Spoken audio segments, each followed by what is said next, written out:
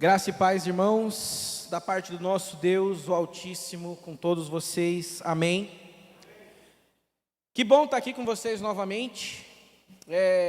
Hoje é um dia que nós podemos nos debruçar sobre a palavra. A minha expectativa é que nesse momento o Espírito Santo possa falar com você e que as Escrituras sejam uma bênção na sua vida, a fim de que você seja aperfeiçoado para aquilo que Deus quer fazer na sua história. Convido você a abrir a sua Bíblia na carta de Tiago, capítulo de número 5, os versos finais, versículos de 13 a 20. Perdão, de 14 a 20. Tiago, capítulo 5, de 14 a 20. Me acompanhe na leitura. Tiago 5, de 14 a 20. Assim diz a palavra do Senhor, me acompanhe. Está alguém entre vós doente? Chame os presbíteros da igreja e orem sobre ele, ungindo-o com azeite em nome do Senhor. A oração da fé salvará o doente, e o Senhor levantará a este enfermo. Se houver cometido pecados, ser-lhe-ão perdoados.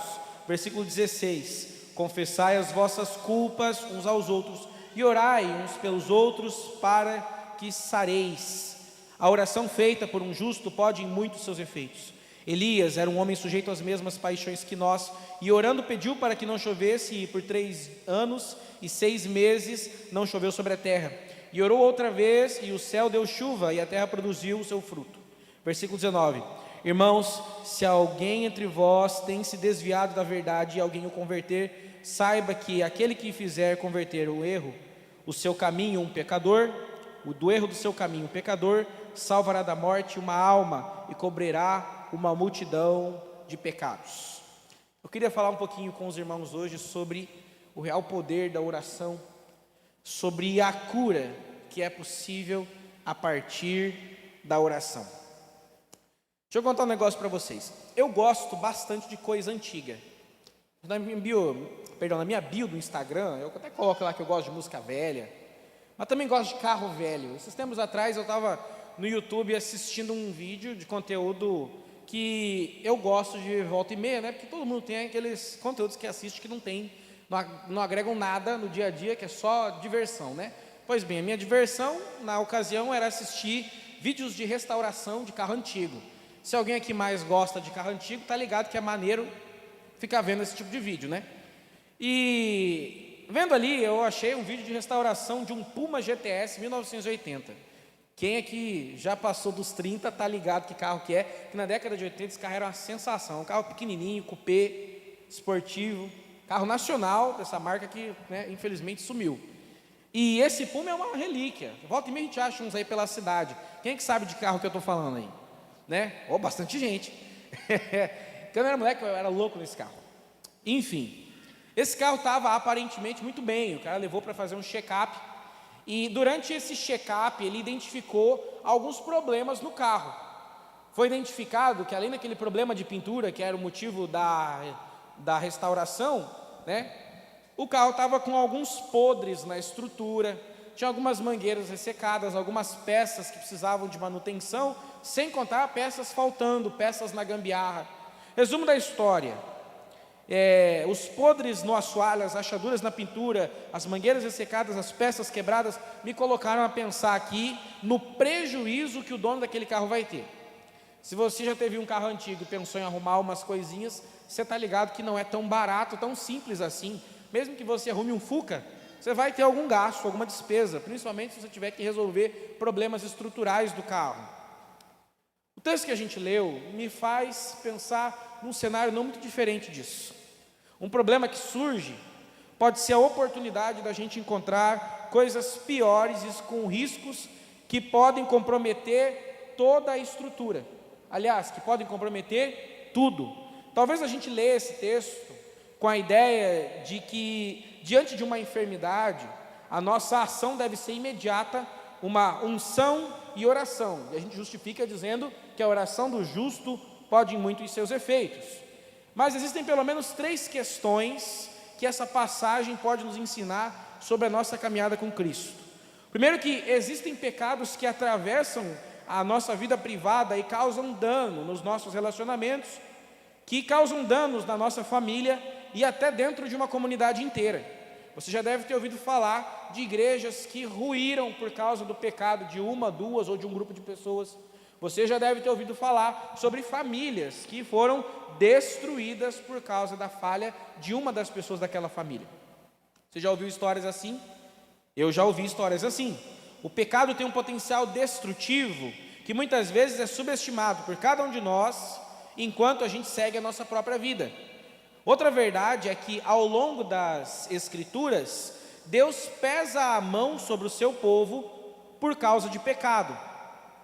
Deus, quando nosso pecado alcança níveis alarmantes e potencial destrutivo, o Senhor corrige o povo trazendo sobre ele juízos pesados, para que haja arrependimento e cura. Você certamente já leu textos de Malaquias, onde a gente tem promessa da parte do Senhor sobre destruição contra Israel, inclusive o próprio Deus falando que sequer vai considerar as ofertas de pedido de perdão daquele povo.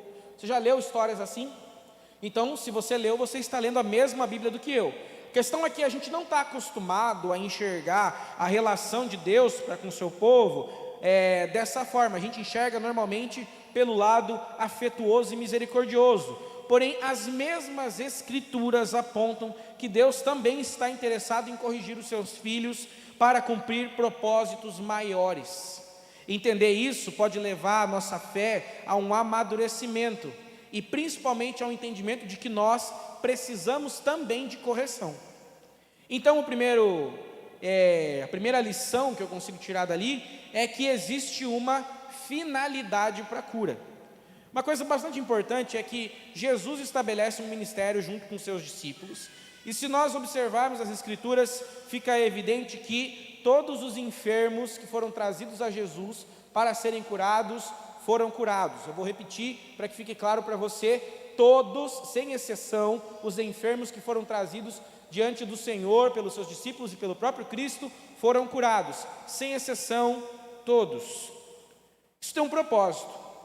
O propósito dessas curas que acontecem em torno de Jesus servem para exaltar o poder de Deus e apontar a autoridade do Senhor Jesus. Existem pelo menos 3 finalidades que a cura apresenta nas Escrituras. A primeira finalidade é exaltar e engrandecer o nome do Senhor. A segunda finalidade, aliás, na primeira finalidade a gente tem inclusive o texto daquele cego de nascença, que lhe perguntam ao mestre por que ele é cego, e a resposta de Jesus é: ele é assim não por causa dos pais, mas para que se manifeste a graça de Deus. O intuito, então, não é um milagre em benefício do deficiente, mas o milagre como um sinal para o Deus Todo-Poderoso. Vocês conseguem entender a diferença de uma coisa para outra? Bom, outra possibilidade em que aparecem milagres, a gente estudou agora há pouco na EBD, que são os sinais realizados pela igreja. Os sinais realizados pela igreja servem para validar o movimento. A igreja está apoiada em alguma coisa, ela parte a partir da mensagem de alguém, e ela é validada a partir dos milagres. Aquela comunidade está sendo referendada pelo próprio Deus através dos milagres que acontecem.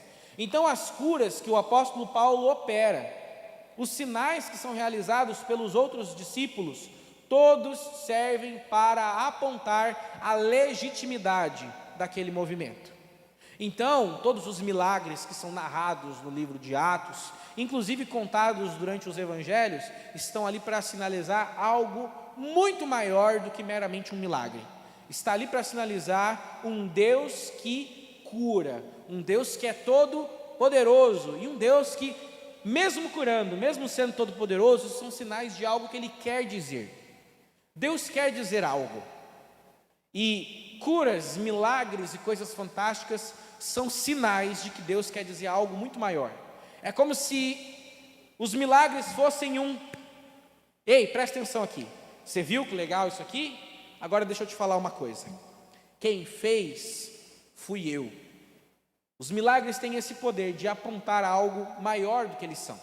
Falei agora há pouco no EBD, repito para os irmãos, a minha esposa está cansada de ouvir, mas é semelhante a história de um rabino e o seu discípulo, seu Talmud, e ele aponta para as estrelas para mostrar a grandeza de Deus, e o discípulo tolo olha para o dedo.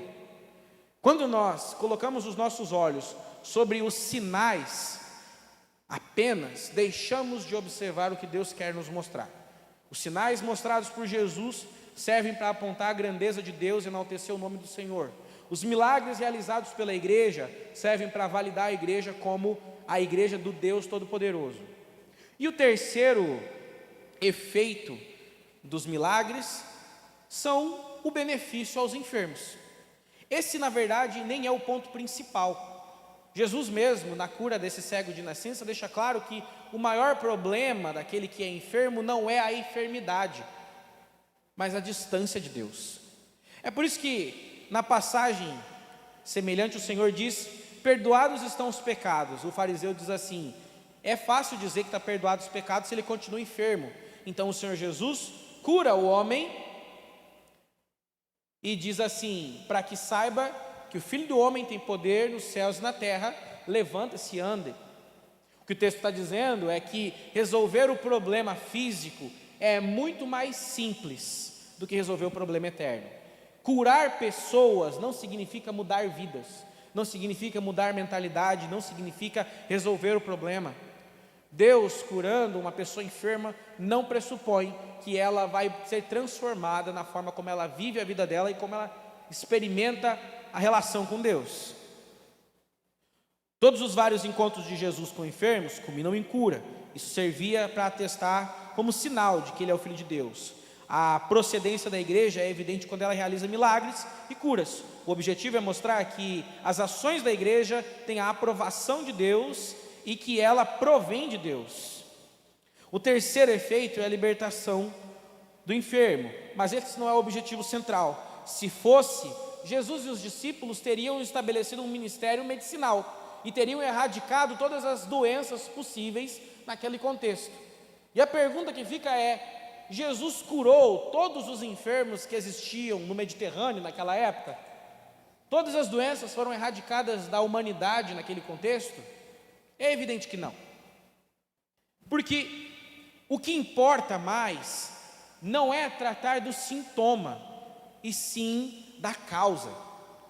É sabido para todos nós que somos cristãos que todas as coisas ruins que existem no mundo em que a gente vive decorrem do pecado, não como uma espécie de maldição hereditária, mas como uma consequência de um mundo em ruínas de maldade. As coisas fluem em maldade e desgraça, é a nossa condição. Então, o pecado que existe também interfere no quanto somos açoitados por essa vida. O que a gente pode aprender daí é que os pecados têm relação direta com as lutas e com as enfermidades que enfrentamos. A maldade decorrente do mundo causa uma perdição inerente à existência humana. Nós vamos passar, sim, por lutas e dificuldades ao longo da nossa caminhada. Elas continuam existindo no mundo como consequência do pecado na criação. De nada adianta tratar a consequência sem arrancar o mal pela raiz. Jesus está mais interessado em salvar pessoas do pecado do que em curar problemas físicos. Foi para tirar o pecado do mundo que veio o Filho do Homem, e não para servir de médico da humanidade. E inverter essa lógica faz a gente enxergar Jesus como médico e a igreja como hospital. Se a gente pensa nessa lógica, a ideia é que tudo está em serviço do homem. Tudo que fazemos está em serviço de pessoas, como se o próprio Deus se curvasse às nossas necessidades, ou melhor, ao que a gente julga como necessidade. Nós não temos a mesma visão de Deus sobre o real problema da humanidade. Tanto é verdade que a finalidade principal das curas não são o bem-estar da humanidade, que depois de um tempo da vinda do Espírito Santo, não se encontram sinais como se encontravam no princípio da história da igreja. O apóstolo Paulo, por exemplo, reclama de um problema, um espinho na carne, que ele convive, e de acordo com o texto fica evidente que é para que ele não se ensoberbeça. Também o mesmo apóstolo que no capítulo 19, que nós acabamos de estudar na escola bíblica, Esse apóstolo que dos seus lenços e aventais eram utilizados para curar pessoas, ele mesmo deixou Trófimo doente em Mileto, em 2 Timóteo, capítulo de número 4, verso 20. E recomendou para Timóteo, em 1 Timóteo 5, 23, que utilizasse de vinho e água para tratar das suas intensas dores de estômago. Por que o apóstolo Paulo, então, não envia a Timóteo lenços ungidos que poderiam ser utilizados para curar? Todas essas coisas não estavam na vontade de Deus e não serviram para mostrar que Deus estava fazendo uma grande obra com a fundação da igreja. O que acontece é que o grande milagre, os milagres dos evangelhos, os milagres dos livros de Atos, os milagres das narrativas bíblicas servem para sinalizar algo muito maior do que simplesmente a libertação de pessoas em suas aflições e em suas demandas pessoais. Concentrada na adoração, a igreja então é chamada para viver uma vida então na dependência do Senhor e concentrada na adoração e no serviço, e não na dependência e na exaltação de homens com poderes miraculosos e que realizam milagres. A igreja é convocada a crer no Senhor por causa da obra maior que Ele fez, a obra da salvação, e a viver uma vida dedicada a repartir dignidade com outras pessoas.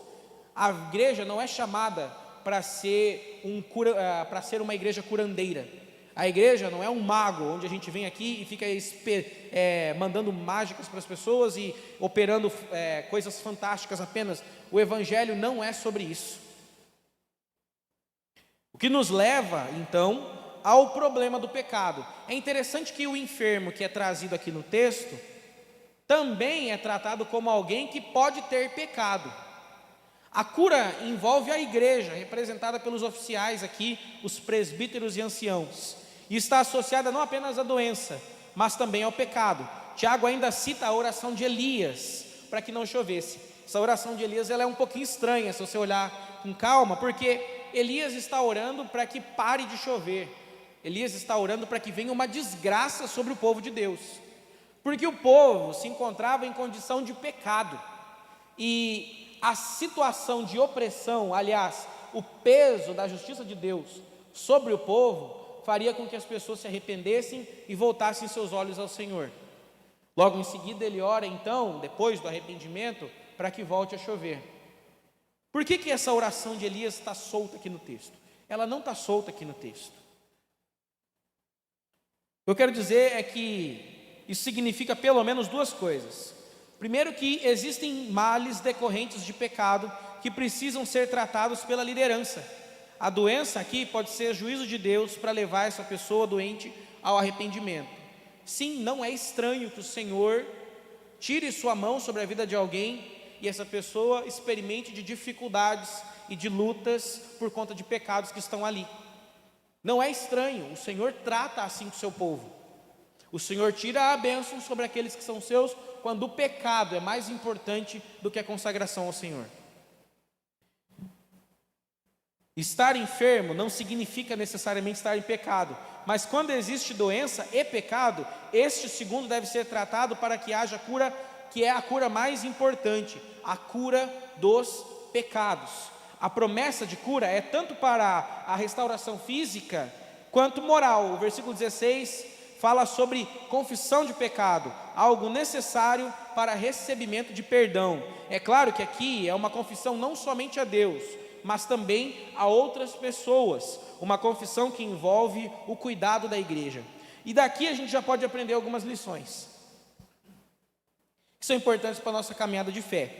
Andar com Deus implica permitir ser tratado e ser curado, mas também ser confrontado e abrir a caixa dos nossos pecados e, através do cuidado íntimo e da confissão, experimentar do perdão de Deus expresso pelo perdão da igreja.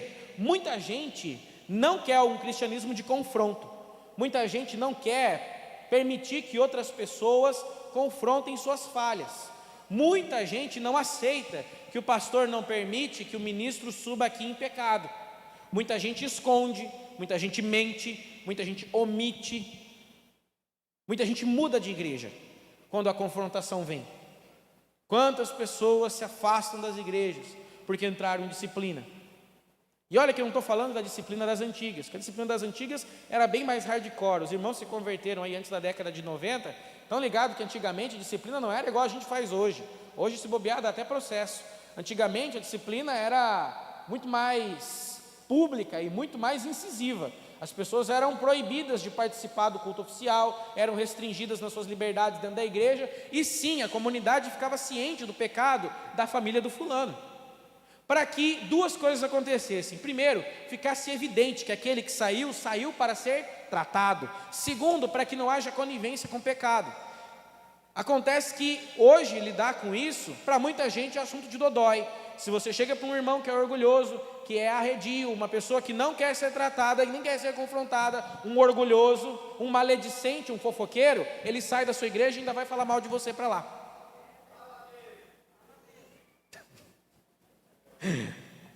Ai, ai, qualquer semelhança com a realidade não é estranho, não é coincidência. É apenas a Bíblia falando de um problema intrínseco de quem a gente é. Pessoas que não querem ser tratadas não vão ser curadas. É mais fácil mudar de igreja do que aprender a ser submisso, do que aprender a ser menos lascivo, do que confessar que o que eu faço escondido da minha esposa é vergonhoso, do que as coisas que eu desejo são sujas e imundas.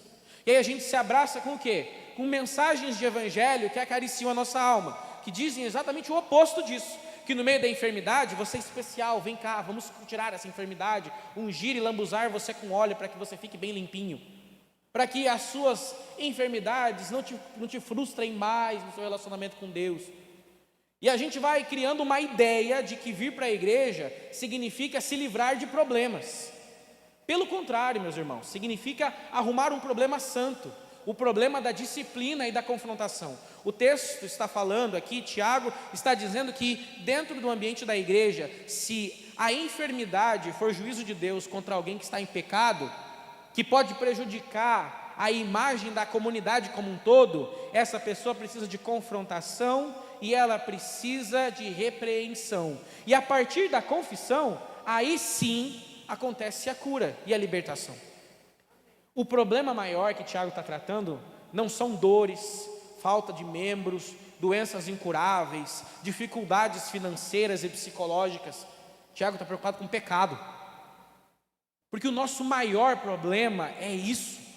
Por causa de pecado, a gente não consegue se relacionar com Deus e mudar de caráter. Por causa de pecado, a gente continua agindo da mesma forma e se colocando em situações que nos levam a desgastar a saúde de quem a gente ama e a nossa própria saúde. Por causa de pecado, a gente desgasta o nosso corpo com coisas que nos corroem. A gente condiciona a nossa mente à própria lascívia, a gente condiciona o nosso corpo a um desprezo pelo templo do Espírito Santo. Por causa de pecado, a gente joga no lixo o relacionamento com Deus, com a nossa família e com a igreja. O problema maior não é a enfermidade, é o pecado. Enquanto a gente achar que ler texto bíblico para profetizar cura e resolver problemas alheios é o que é a preocupação do nosso Deus, a gente vai continuar fabricando crentes frágeis que não sabem ser confrontados, que acham que o evangelho consiste em ouvir cuticute de pastor, em ir para a igreja para receber afago na alma e curinha espiritual. Cansei de ver gente relatando curas espirituais e milagres fantásticos, mas continuando com a mesma vida lasciva, com a mesma vida distante do Senhor, continuando ainda envergonhando o evangelho. Você já viu algum colega de trabalho, esse cenário é super comum, que é evangélico, do movimento, super gospel, posts, frases e stories os mais variados, versículos bíblicos, mas que na prática a gente vai ver o dia a dia, está completamente entregue ao pecado, o testemunho não bate com o que a pessoa está me falando. Aí a pessoa me conta de curas que aconteceram, de curas que ela opera. Sim, a pessoa opera. Eu orei por fulano e fiz uma coisa, e Deus fez um milagre. E aí você vai ver a vida do profeta, completamente distante do Senhor, completamente entregue às suas próprias paixões e distante dos interesses do reino. Como aconteceu cura? Como o foco é a cura? Se não há perdão de pecados, a doença vai continuar sendo o menor dos problemas das pessoas. Bom, vamos lá, continuando a nossa mensagem. Você conhece pessoas que mantêm tudo na superficialidade? Já viu pessoas que são aparentemente saudáveis, mas que basta um deserto para que tudo desmonte na cabeça dela? Frases do tipo: nossa, mas fulano estava tão bem, de repente perdeu tudo. De repente houve um divórcio. Ninguém poderia imaginar que depois daquela luta contra a doença, o casamento entrou em crise.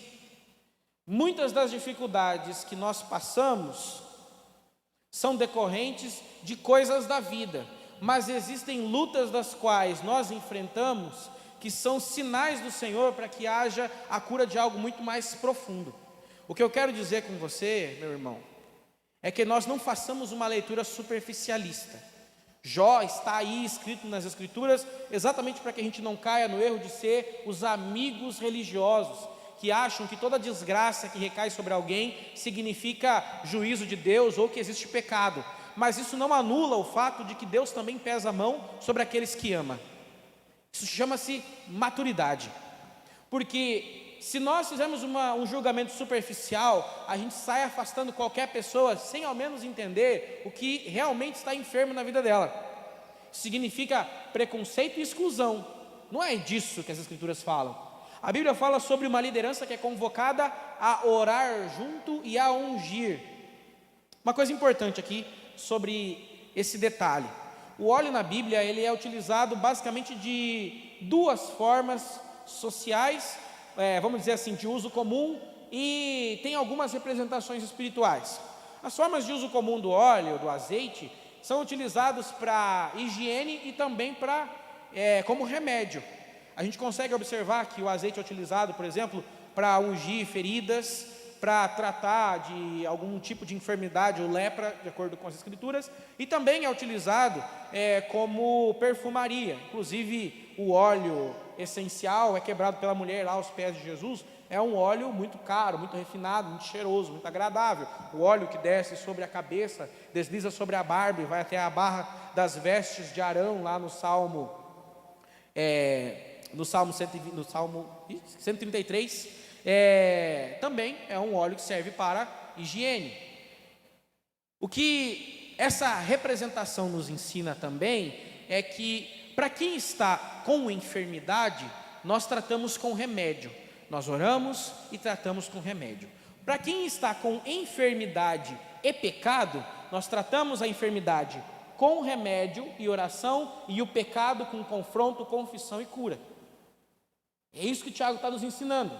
A gente não deve ignorar o fato de que existem pessoas passando por lutas das quais nós nem sabemos. A incapacidade das pessoas de se submeterem ao cuidado de Deus e da igreja leva a muitas experiências com finais tristes e lamentáveis. A correção traz a cura que começa com a confissão e com a humildade do pecador em pedir para que seja tratado.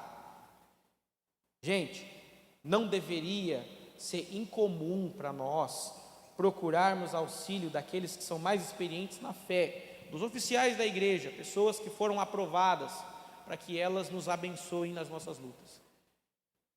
É tão marcante nas Escrituras que a luta contra o pecado não se faz sozinho, se faz em comunidade, se faz dividindo peso. A gente acha na nossa petulância que a gente dá conta sozinho.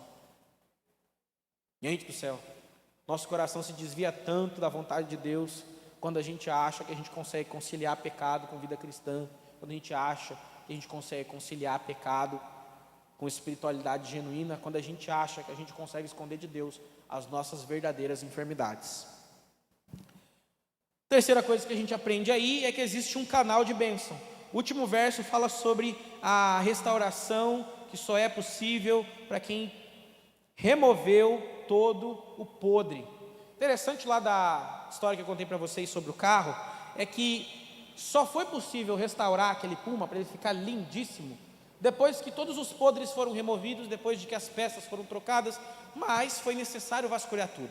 Essa reforma, que implica em trocas, substituições e correções, só é possível quando a gente começa a cavar mais fundo. Deus utiliza os presbíteros da igreja para que orem e tratem das feridas com azeite, remédio para as feridas e perdão para pecados. Enquanto andamos com Deus, a gente tem a oportunidade de ser canal de perdão e cura e também canal de correção na vida de outras pessoas. A gente é chamado também para ser resposta de oração e também para ser cura na vida de outras pessoas. A expressão que aparece aqui no final do versículo, cobrir, que aparece como cobrir uma multidão de pecados, tem um sentido literal de sobrepor ou sobrepujar falhas. Opa, espera que a puberdade pegou aqui. Em outras palavras, quem é agente de cura é mão do Senhor para resgatar e corrigir. Quem é salvo encontra libertação para um mal muito maior do que qualquer enfermidade, o pecado que continua consumindo tudo. O privilégio de estar em comunidade é exatamente experimentar a cura e também de ser instrumento de Deus para a libertação de outras pessoas e para a cura de feridas e pecados que trazem danos que são irreparáveis. Meus irmãos, vamos permitir que o testemunho da igreja seja manchado por causa de pecados que trazem danos e destroem carreiras, famílias e vida em comunidade? Nós somos chamados a curar essas coisas. A conclusão que a gente tem com isso, e enquanto eu faço a minha conclusão, eu peço para que a equipe de louvor se posicione, é que nas nossas lutas, em decorrência da nossa arrogância, do nosso orgulho, da nossa vergonha, do nosso comodismo, a gente acaba sendo impedido da cura verdadeira. As enfermidades que vêm sobre a nossa vida nem sempre significam apenas problemas físicos. Muitas vezes, o que vai nos colocar numa situação de dependência do cuidado de outro é o que vai permitir que Deus trate do nosso coração. É óbvio que nenhum pai quer o mal do seu filho e nenhum pai gosta da enfermidade que o filho tem, ou até mesmo lança sobre ele maldição. Não é sobre isso. A questão é que, para corações perdidos, a única oportunidade que pode existir em alguns casos é no meio da dificuldade extrema, quando não existem outros recursos, quando a gente sente que as nossas lutas e nossas enfermidades consomem a nossa saúde. Aí sim a gente lembra que existe um recurso chamado Deus. Talvez, enquanto a gente busca a salvação de um problema que aflige o nosso corpo, o Senhor também aproveite para nos resgatar na nossa alma de problemas muito maiores. Não subestime os problemas que vêm sobre a sua vida e não subestime o poder de Deus de restaurar a história das pessoas. O Senhor está preocupado com problemas muito mais complexos do que a gente pode imaginar. Nosso problema maior, e é disso que precisamos ser convencidos, está de que nós estamos andando longe de Deus. O nosso Puma está bonitinho por fora, olha como ele está inteiro, ele até anda. Mas se a gente permitir que o Senhor corrija todas as falhas, todos os problemas, seremos restaurados. Que Deus nos use para sermos aqueles que oram, ungindo e libertando pessoas com enfermidades físicas, mas principalmente espirituais. Que o nosso espírito saudável leve pessoas a experimentar saúde espiritual. Que o Senhor opere curas e milagres também no caráter dos nossos irmãos. Que nas lutas que nós encontramos, nós também sejamos aperfeiçoados pelo Senhor. Que no meio das enfermidades nós encontremos com um Deus que nos cura, com uma comunidade que nos acolhe e que nos cura também.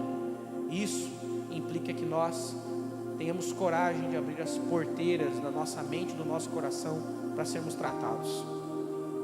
Infelizmente, nem toda experiência religiosa é positiva. Muitas pessoas são feridas no seu relacionamento com a igreja. Nem toda experiência religiosa é positiva, e existem muitas experiências que são deletérias e danosas. Mas o convite do Senhor ainda está na esperança de que uns aos outros nos edifiquemos, de que um no outro nós nos aperfeiçoemos e sejamos canais de cura um na vida do outro, e que orando pelo enfermo, quando nós encontremos pecados, esses pecados são deixados, aí sim a gente pode dizer que houve cura. Ainda que na nossa oração o Senhor não faça um milagre físico, mas o milagre espiritual, esse sim é poderoso para mudar a vida de alguém. Esse é poderoso para mudar realidades, para transformar histórias, para levar pessoas que seguiam por um caminho, aí para um caminho completamente diferente. É isso que transforma. nós somos chamados a uma cura muito mais profunda. Aqueles que precisam de oração com óleo, que a gente ore e unja. Aqueles que precisam de perdão, que nós oremos e perdoemos. Que o Senhor nos dê discernimento para isso. A oração de Elias é uma oração de juízo. Às vezes, nas nossas orações com os nossos irmãos, o Senhor nos dará a oportunidade de sermos voz do Senhor para julgar pecados que levam pessoas a se afastarem do Senhor. Que Deus nos dê discernimento para que a gente seja canal de cura na vida das pessoas da nossa comunidade. Eu te convido a ficar em pé no seu lugar e fechar os seus olhos. Nós vamos orar agora. E o tema da nossa oração é um que deveria permear os nossos pedidos sempre. Nós vamos orar assim para que haja cura. Nós vamos orar assim pelas enfermidades dos nossos irmãos, inclusive pelas nossas. Quantos aqui não têm enfermidade na cabeça, tem algum problema de intestino, algum problema motor? Quantos não têm problemas físicos? Mas Deus quer curar algo muito mais importante antes.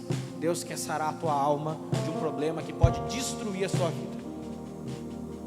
Vamos orar ao Senhor pedindo para que Ele nos abençoe. Pai amado, nossa vida está diante do Senhor e nós nos colocamos submissos ao Senhor e à tua disciplina. Nós nos colocamos diante do Senhor na nossa condição, assim como ela está, pedindo para que o Senhor transforme a nossa mente e o nosso coração para a gente experimentar cura de verdade, para que a gente experimente transformação, para que a gente possa ministrar e ser ministrado em perdão de pecado. Que a nossa vida seja transformada pelo Senhor, na transformação da nossa mente, na libertação das nossas cadeias. Que o Senhor nos livre sim dos nossos males, mas que nós deixemos diante do Senhor também o pecado que nos aflige e toda a maldade que existe em nós, que nos afasta do Senhor. Nós pedimos o seu perdão sobre nós, nós pedimos o seu perdão sobre os nossos irmãos. Senhor, que nas nossas enfermidades sejamos assistidos pelo Senhor, mas principalmente nos nossos pecados sejamos curados, para que aí sim possamos experimentar da vontade do Senhor. Nós pedimos, Senhor, por libertação, por cura, por transformação, primeiro no nosso caráter e na nossa fé, depois no nosso corpo. De acordo com a sua vontade, o Senhor opera, o Senhor faz, mas convém que nós estejamos perto do Senhor. Nos livra, Senhor, de nós mesmos, do pecado que nos aflige, da nossa condição que nos afasta do Senhor, e nos permita, Senhor, ser curado. Nos coloque numa condição onde nós possamos nos permitir ser curados e tratados pelo Senhor. Por isso que nós oramos, Senhor, esteja conosco, trate da nossa vida, em nome de Jesus. Amém e amém.